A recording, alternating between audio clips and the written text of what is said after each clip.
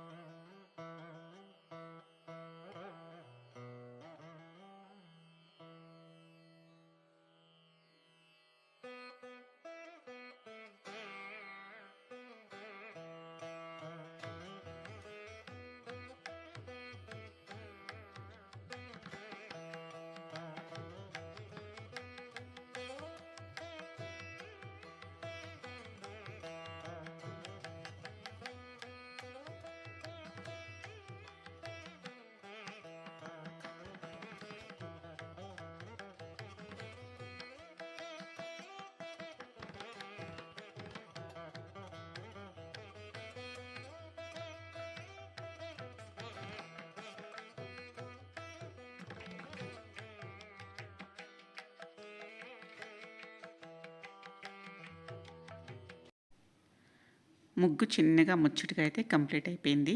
చాలా బాగుంది చిన్నగా అయితే ముగ్గు. ఇంకా బ్రేక్ఫాస్ట్లోకి వెళ్ళిపోదాం. ఉప్మా ప్రిపేర్ చేసేస్తున్నాను.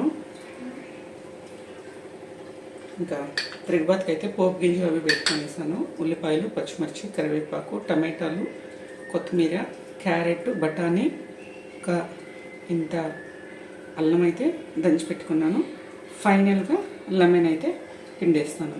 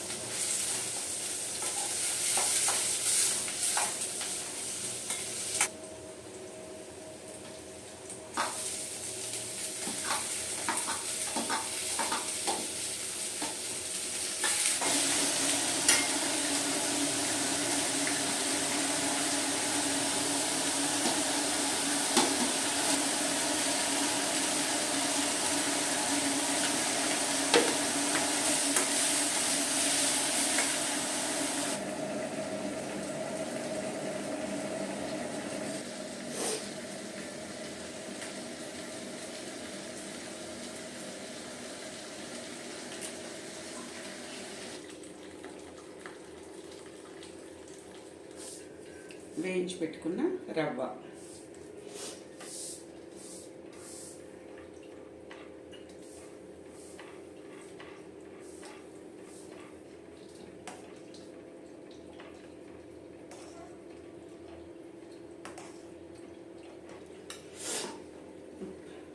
కొత్తిమీర వేసేస్తున్నాను.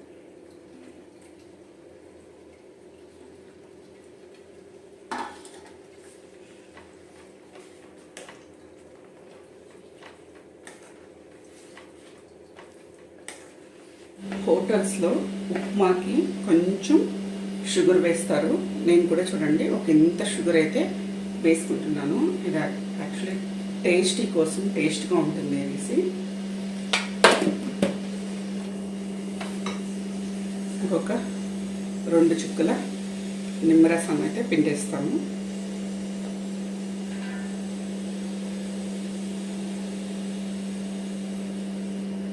మరి పుల్లగా ఉంటే కూడా బాగుండదు. టమాటో కూడా వేసుకున్నాం కదా, లైట్గా అలా ఇంక ఇప్పుడు ఫైనల్ టచ్ అయితే ఇచ్చేద్దాం. ఫైనల్గా బటర్ వేసిస్తాం. యాక్చువల్గా కేసరీబాత్కైనా కావచ్చు, ఉప్మాకైనా కావచ్చు, హోటల్స్లో ఇలా రెడీ చేసేసిన తర్వాత ఫైనల్గా ఎక్కువ ఆయిల్ వేస్తారు. అందుకే అది ఆయిలీగా సాఫ్ట్గా ఉంటుంది. తినేటప్పుడు ఎక్కువ ఆయిల్గా కనిపిస్తుంది, బాగుంటుంది యాక్చువల్గా. కానీ ఇక్కడ మనం బటర్ అయితే వేసేస్తాం. కొంచెం బాగా స్మూత్గా ఉంటుంది ఉప్మా అయితే మాత్రం.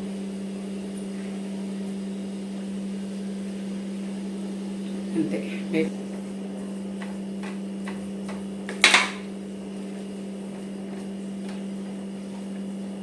వెన్నలా ఉందండి. ఎంత బాగుందంటే ఉప్మా మాత్రం చాలా బాగుంది.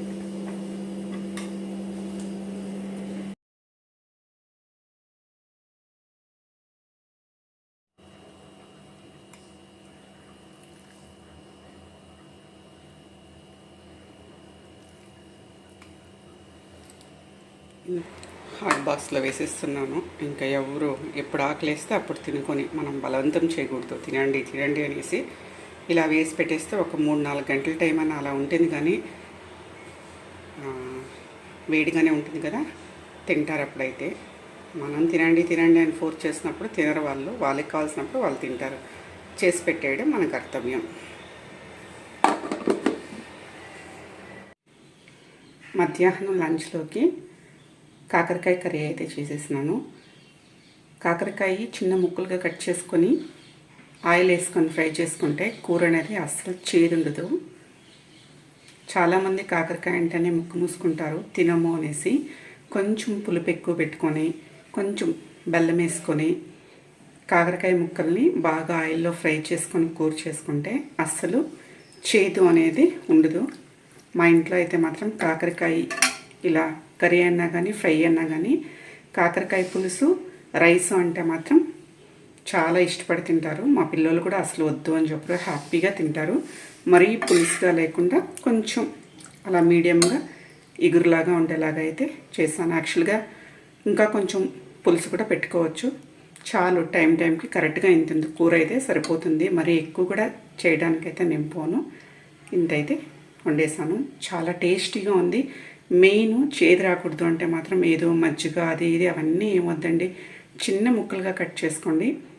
ఒక 2 స్పూన్లు ఆయిల్ వేసుకొని సన్న మంటలో మూత పెట్టకుండా ఫ్రై చేసుకోవాలి. అప్పుడు కూర అనేది చేదు రాదు, బాగుంటుంది. ఇటువైపు అయితే ఇంకా రైస్ పెట్టేశాను.